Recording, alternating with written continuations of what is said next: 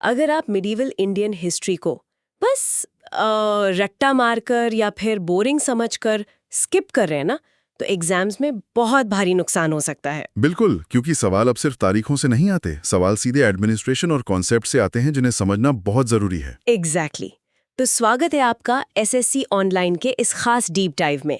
मैं हूं आपकी होस्ट और मेरे साथ है हमारे हिस्ट्री एक्सपर्ट। अगर आप ऐसे ही क्विक और इन डेप्थ रिविजन्स चाहते हैं तो एसएससी ऑनलाइन को अभी सब्सक्राइब जरूर कर लें। जी, और आज हमारे पास परीक्षा की तैयारी के नोट्स और कई सारे विश्लेषणात्मक लेखों का एक्सट्रैक्ट है। हमारा मिशन ये है कि हम इतिहास को सिर्फ याद न करें, बल्कि समझें कि ये विशाल साम्राज्य बने कैसे और उनके एडमिनिस्ट्रेटिव सिस्टम्स कैसे काम करते थे। राइट। तो इस पूरी कहानी की शुरुआत होती है उस दौर से जिसे त्रिपक्षीय संघर्ष या ट्राइपार्टाइट स्ट्रगल कहा जाता है। राजा हर्षवर्धन की मृत्यु के बाद ना कन्नौज पर कब्जा करने के लिए पाल, प्रतिहार और राष्ट्रकूट लगभग 200 सालों तक आपस में लड़ते रहे। 200 साल, बाप रे। हाँ, और सोचिए अगर तीन महाशक्तियां पीढ़ियां तक सिर्फ एक शहर के लिए अपनी पूरी ताकत झोंक दें तो क्या होगा। इसका सबसे बड़ा नतीजा ये हुआ कि पूरे उपमहाद्वीप में एक बहुत बड़ा पावर वैक्यूम यानी सत्ता का खालीपन पैदा हो गया। मतलब ये आपस में लड़ते लड़ते इतने कमजोर हो गए कि बाहर वालों को मौका मिल गया। बिल्कुल, इसी आपसी फूट और पावर वैक्यूम ने विदेशी आक्रमणकारियों के लिए दरवाजे खोल दिए और यहीं से 1206 के आसपास आधिकारिक तौर पर दिल्ली सल्तनत की शुरुआत होती है। और दिल्ली सल्तनत में मुख्य रूप से 5 वंशों ने राज किया। हमारे नोट्स में इसे याद रखने की एक बहुत ही मस्त ट्रिक दी गई है, गुड़ खाओ तसले में। हाँ, ये रटने के लिए बहुत बढ़िया है। गुड़ से गुलाम वंश, खाओ से खिलजी, तसले से तुगलक, सैयद और लोधी। तो शुरुआत करते हैं गुलाम या मामलुक वंश से।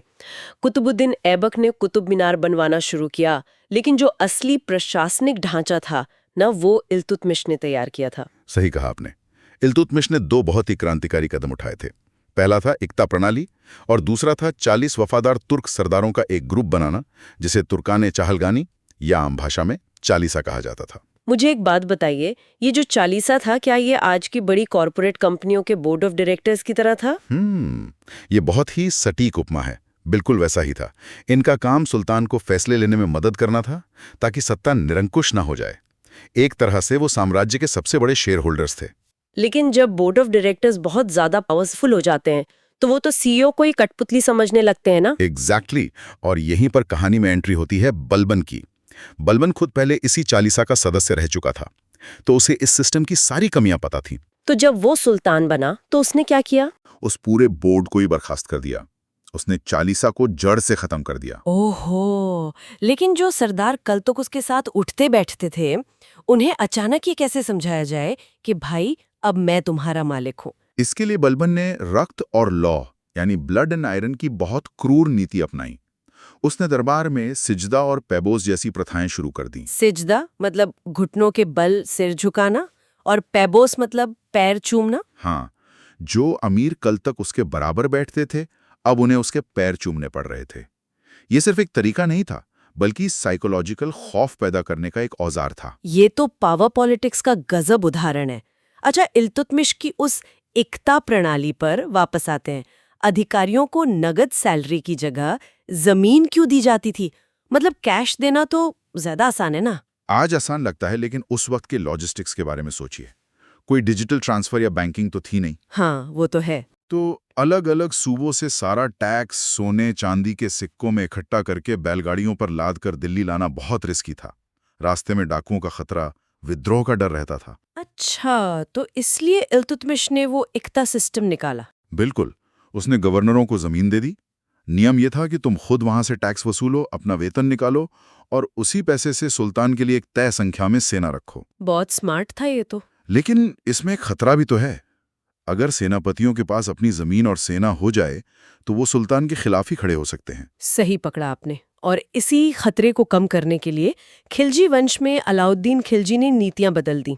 उसकी बाजार नियंत्रण प्रणाली यानी मार्केट कंट्रोल पॉलिसी तो इतिहास में बहुत मशहूर है। हाँ, एग्जाम्स में भी ये सवाल बहुत बार आता है। अलाउद्दीन को मंगोलों से बचने के लिए एक बहुत विशाल स्थायी सेना चाहिए थी, लेकिन इतनी बड़ी सेना को नकद वेतन देना खजाने पर भारी पड़ता।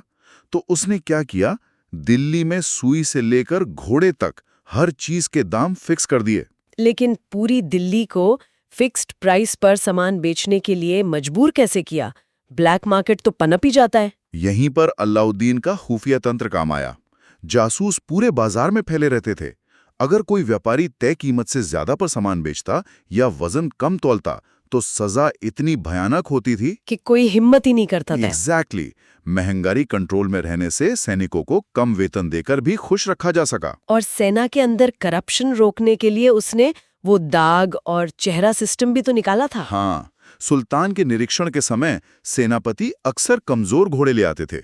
इसे रोकने के लिए घोड़ों पर गर्म लोहे से मुहर दागी जाती थी, जिसे दाग कहते थे। और चेहरा सिस्टम आज के बायोमेट्रिक की तरह था ना? बिल्कुल, हर असली सैनिक का हुलिया, कद, रंग सब कागजों पर दर्ज होता था, ताकि कोई दिहाड़ी मजदूर उसकी जगह ना खड़ा हो सके। ये तो एकदम मॉडर्न सोच थी। तो जहां अलाउद्दीन खिलजी अपने कड़े नियमों से सफल रहा, वहीं अगला वंश, तुगलक वंश, ये बताता है कि अगर एग्जीक्यूशन खराब हो तो अच्छे आइडियाज भी फ्लॉप हो जाते हैं। हाँ, मोहम्मद बिन तुगलक को तो इतिहास में समझदार मूर्ख कहा ही जाता है। उसके प्लान्स कागज पर बहुत अच्छे थे, जैसे राजधानी को दिल्ली से दौलताबाद शिफ्ट करना। दौलताबाद तो महाराष्ट्र में है ना? सेंटर में होने की वजह से लॉजिक तो सही लगता है। लॉजिक 100% सही था। वहां से उत्तर और दक्षिण दोनों पर नजर रखी जा सकती थी। लेकिन एग्जीक्यूशन देखिए, उसने सिर्फ दरबारियों को नहीं बल्कि पूरी दिल्ली की आबादी को बच्चों और बूढ़ों सहित हजारों किलोमीटर पैदल चलने का फरमान दे दिया। बाप रे, वो भी चिलचिलाती गर्मी में। हाँ, हजारों लोग रास्ते में मारे गए और जो बचे वो वहां पहुंचे। तो सुल्तान को समझ आया कि दक्षिण से उत्तर को कंट्रोल करना उतना ही मुश्किल है। फिर उसने सबको वापस लौटने का आदेश दे दिया। ये तो पूरी तरह से एक डिजास्टर था। और वो उसकी टोकन करेंसी वाली पॉलिसी, उसने चांदी की जगह तांबे और कांसे के सिक्के चलवा दिए थे। हाँ, आज हम कागज के नोट इस्तेमाल करते हैं तो आइडिया एडवांस था, लेकिन उसने उन तांबे के सिक्कों पर कोई कॉम्प्लेक्स शाही मोहर नहीं लगाई। मतलब कोई भी सिक्योरिटी फीचर नहीं था। कोई नहीं। नतीजा ये हुआ कि हर घर टकसाल बन गया। लोगों ने अपने तांबे के बर्तन पिघलाकर सिक्के बनाने शुरू कर दिए। ओहो। इकॉनमी पूरी तरह क्रैश हो गई और सुल्तान को हार मानकर नकली सिक्कों के बदले खजाने से असली चांदी देनी पड़ी। ये बहुत बड़ी केस स्टडी है लीडरशिप के लिए। इसके बाद फिरोज शाह तुगलक ने ये रिस्की प्रयोग बंद कर दिए और नहरों का जाल बिछाया। अच्छा, इस सल्तनत काल के जो विभाग थे जिन्हें दीवान कहा जाता था, वो एग्जाम्स के लिए बहुत इंपॉर्टेंट है। बिल्कुल, दीवाने वजारत जो वित्त विभाग था, दीवाने अर्ज सैन्य के लिए, दीवाने इंशा पत्र व्यवहार के लिए और दीवाने रिसालत धार्मिक मामलों के लिए, इन्होंने ही सिस्टम को बांध कर रखा था। और दोस्तों, अगर आपको ये क्विक इनसाइट्स और फैक्ट्स काम के लग रहे हैं तो एसएससी ऑनलाइन को अभी सब्सक्राइब जरूर करें ताकि आपकी तैयारी ऐसे ही मजबूत रहे। जी, तो सैयद और लोधी वंश के आते आते दिल्ली सल्तनत कमजोर हो गई और फिर आता है 1526 का साल, पानीपत का पहला युद्ध, जहां बाबर ने इब्राहिम लोधी को हराया। लेकिन लोधी की सेना तो बाबर से बहुत बड़ी थी ना, हाथियों की पूरी फौज थी उसके पास। हाँ, लेकिन बाबर के पास वो तकनीक थी जो भारत में पहले किसी ने नहीं देखी थी, बारूद और तोपखाना। हाथियों ने जब तोपों की आवाज सुनी तो वो घबराकर अपनी ही सेना को कुचलने लगे। और बाबर की वो तुलुगमा युद्ध नीति भी तो थी, वो कैसे काम करती थी? तुलोमा में सेना को कई हिस्सों में बांट दिया जाता था। जब सामने से हमला होता तो बाबर के घुड़सवार दुश्मन को पीछे और साइड से घेर लेते थे। लोधी की सेना इस जाल में फंसकर तबाह हो गई। गजब। फिर हुमायूं का दौर आया, जिसे शेरशाह सूरी ने हरा दिया था। लेकिन मुगलों का जो असली एडमिनिस्ट्रेटिव गोल्डन पीरियड है, वो तो अकबर का था ना? बिल्कुल। अकबर जानता था कि सिर्फ तलवार से भारत पर राज नहीं कर सकता। उसने सुलह कुल की नीति अपनाई, जजिया कर खत्म किया, लेकिन उसका मास्टर स्ट्रोक था मनसबदारी प्रणाली। यहीं पर ना स्टूडेंट्स को बहुत कंफ्यूजन होता है। इल्तुतमिश की इक्ता प्रणाली और अकबर की मनसबदारी में असल में क्या फर्क था? बहुत अच्छा सवाल है। इक्ता में सिर्फ काम के बदले जमीन का टुकड़ा मिलता था, लेकिन मनसबदारी कोई जागीर नहीं थी। ये एक यूनिवर्सल रैंकिंग सिस्टम था। साम्राज्य के हर अधिकारी को एक मनसब या रैंक दी जाती थी। मतलब ये सिर्फ सेना के लिए नहीं था? नहीं, ये नागरिक और सैन्य प्रशासन का मिलाजुला रूप था। इसमें दो चीजें होती थी, जात और सवार। था कि उसे कितने घोड़सवार सैनिक मेंटेन करने हैं, और सबसे बड़ी बात, ये हेरिडिटरी यानी वंशानुगत नहीं था। तो मतलब अधिकारी के मरने पर रैंक बेटे को नहीं मिलती थी, ये तो एकदम आज के कॉर्पोरेट प्रमोशन जैसा लग रहा है। एग्जैक्टली सब कुछ परफॉर्मेंस पर निर्भर था। इसके बाद जहांगीर आया, जिसने न्याय की जंजीर लगवाई। फिर शाहजहां के समय में वास्तुकला का स्वर्ण युग आया, ताजमहल बना। लेकिन औरंगजेब के आते आते पतन की शुरुआत हो गई। उसकी कट्टर नीतियों और जजिया वापस लगाने से काफी असंतोष फैला। और सबसे बड़ी गलती थी दक्कन में उसका 25 साल तक चला लंबा सैन्य अभियान। उसने शाही खजाना खाली कर दिया। दक्कन का भूगोल भी तो मुगलों के खिलाफ था ना? बिल्कुल। उत्तर भारत के मैदानों में मुगलों की तोपें काम आती थीं, लेकिन दक्कन की उबड़-खाबड़ पहाड़ियों में मराठों ने गुरिल्ला वॉरफेयर यानी छापामार युद्ध का इस्तेमाल किया। जो मलिक अंबर ने विकसित किया था, राइट? हाँ, छुपकर हमला करना, रसद लूटना और पहाड़ियों में गायब हो जाना। छत्रपति शिवाजी महाराज ने इस रणनीति को एक आर्ट बना दिया था। वो अफजल खान वाला किस्सा तो रोंगटे खड़े कर देता है। 1659 की बात है ना? हाँ, बीजापुर के अफजल खान ने शिवाजी महाराज को धोखे से मारने के लिए बुलाया था, लेकिन शिवाजी की खुफिया जानकारी बहुत तेज थी। उन्होंने कपड़ों के नीचे लोहे का कवच और हाथ में बागन खां पहन रखा था। और जैसे ही अफजल खान ने गले मिलकर हमला किया, उन्होंने बागन खां से उसका वध कर दिया। सिर्फ युद्ध ही नहीं, उनका जो प्रशासनिक ढांचा था, अष्टप्रधान, वो भी बहुत एडवांस था। एकदम आज की मॉडर्न कैबिनेट की तरह, जिसमें पेशवा प्रधानमंत्री होता था। और इनके दो मुख्य टैक्स एग्जाम्स में बहुत पूछे जाते हैं, चौथ जो 25% था और सरदेशमुखी जो 10% था। और वो तानाजी मालुसरे की कहानी कैसे भूल सकते हैं? सिंहगढ़ किले की उस सीधी चट्टान पर चढ़ने के लिए उन्होंने एक विशाल छिपकली यानी घोरपड़ का इस्तेमाल किया था ना? हाँ, उसका नाम यशवंती था। उसकी कमर पर रस्सी बांधकर ऊपर फेंकते थे और उसके पंजों की पकड़ इतनी मजबूत होती थी कि सैनिक रस्सी पकड़कर चढ़ जाते थे। ये इनोवेटिव सोच का चरम था। सच में। अच्छा, हमने राजाओं और युद्धों की बहुत बात कर ली, लेकिन इस दौर में खामोश वैचारिक क्रांति भी तो चल रही थी। लगातार युद्धों और कठोर कर्मकांडों से समाज में बहुत घुटन थी। और इसी घुटन ने भक्ति और सूफी आंदोलन को जन्म दिया। ये एक सामाजिक विद्रोह था जिसने पुजारियों, बिचौलियों और कठोर जाति व्यवस्था को खारिज कर दिया। इसकी शुरुआत दक्षिण भारत से हुई थी ना, अलवार और नयनार संतों द्वारा? हाँ, अलवार विष्णु भक्त थे और नयनार शिव भक्त।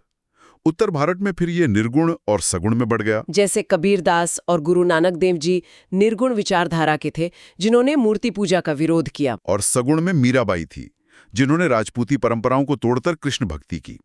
उसी समय इस्लाम में सूफी आंदोलन चल रहा था, जो कट्टरता की जगह प्रेम पर जोर देता था। सूफी संतों के खानका तो हमारे नोट्स के हिसाब से उस समय के मिडीवल एनजीओ की तरह काम करते थे। बिल्कुल। जब सेनाएं गांव उजाड़ देती थीं, तो इन खानकाहों में बिना किसी भेदभाव के शरण मिलती थी। वहां लंगर चलता था। ख्वाजा मोइनुद्दीन चिश्ती और निजामुद्दीन औलिया जैसे संतों ने समाज में सोशल हीलर का काम किया। तो आज जो हम भारत में गंगा जमनी तहजीब देखते हैं, उसकी नींव इन्हीं लोगों ने रखी थी। तो दोस्तों, इस पूरी चर्चा को समेटें तो इतिहास सिर्फ तारीखें नहीं है, ये बाजार नियंत्रण के प्रयोगों, मनसबदारी के कॉर्पोरेट रैंकिंग, गोरिल्ला युद्ध और संतों के सोशल हीलिंग की कहानी है। और जाते जाते एक विचारोत्तेजक सवाल छोड़ के जाता हूं। मुगल साम्राज्य के पतन के बाद जब अंग्रेजों ने राज किया, तो उन्होंने प्रशासनिक ढांचे को पूरी तरह बदला नहीं। अच्छा? उन्होंने मुगलों के सूबा या दीवान पदों को सिर्फ अंग्रेजी नाम दे दिए, जैसे डिस्ट्रिक्ट मजिस्ट्रेट या रेवेन्यू ऑफिसर। तो क्या आज का हमारा आधुनिक प्रशासन भी असल में उन्हीं मध्यकालीन बादशाहों के ब्लूप्रिंट पर चल रहा है? बाप रे, ये तो सच में दिमाग घुमा देने वाला पॉइंट है। तो स्टूडेंट्स, इस पर खुद भी विचार कीजिएगा। और अगर इस डीप डाइव से आपके कॉन्सेप्ट्स क्लियर हुए हैं, तो एसएससी ऑनलाइन को सब्सक्राइब करें और अपने एग्जाम्स की तैयारी यूं ही मजबूती से करते रहें। सुनने के लिए बहुत बहुत धन्यवाद।